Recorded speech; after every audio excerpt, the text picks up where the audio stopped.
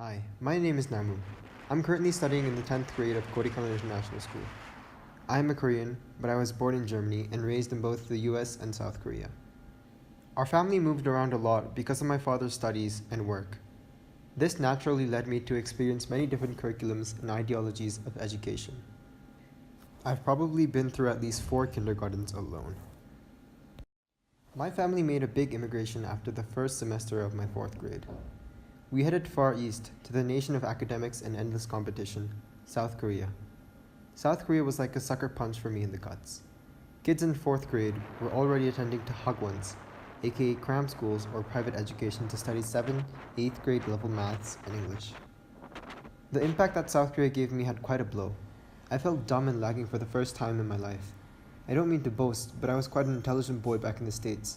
I had many teachers that appreciated my achievements in school. It was not the Korean schools that were making me a lagging student, but rather the ideology of number one or nothing, a common ideology that most Korean people share.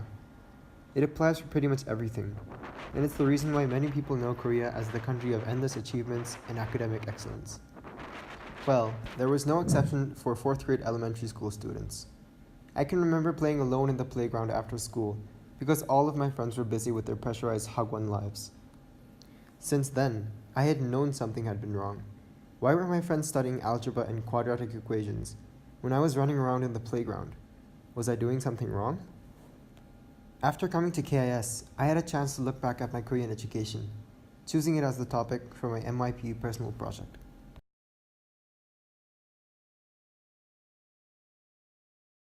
During my winter vacation, I was lucky enough to meet 2 of my previous teachers, both from very different educational views.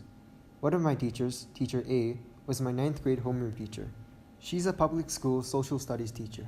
The other teacher I met, Teacher B, may find it a bit difficult to identify himself as a conventional teacher in public. He's a teacher at an alternative school, which is a branch of private schools in Korea that seek for students to become free from meaningless academic stress and to have an opportunity to find their dreams and work towards them.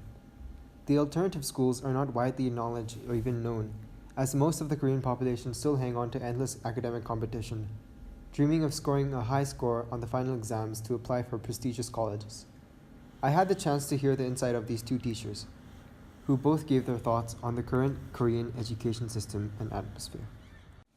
Teacher A, who had served as a public school teacher for over 20 years, explained the public education's curriculum, the limitations, and new efforts made towards public education.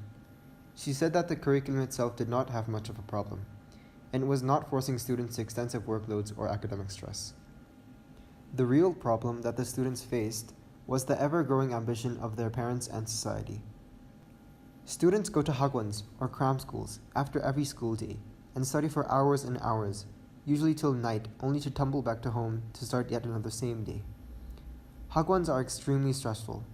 They pressurize students to keep their reputation or prestige among parents, only to attract more students into the cycle. Even public schools are not in favor of these hagwons. Due to the tiring nature and late ending times of hagwons, students catch up with their sleep during school hours, which is why a sleeping class of kids is not a rare sight in any Korean middle or high school.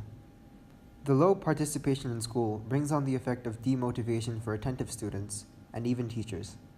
Teacher A thought about private education in Korea like this.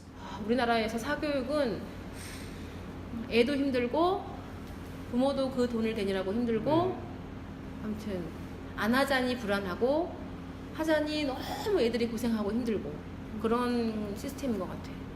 Furthermore, the suicide rate of Korean teenagers is the highest among all of the OECD nations, and the cause is academic stress. Teacher B explained how he thought the current education system was too rigid and sluggish to match the rapidly changing society and world. He also explained that alternative schools were much more flexible and responsive, but did lack the stability and efficiency. He pointed out how wrong the Korean education method was. This was also mentioned by Teacher A, as it is a common fact that Korean students always focus on memorizing the same things over and over again. This may make exam papers shine, but they don't help the student feel joy or motivation in studies, constantly wearing them down.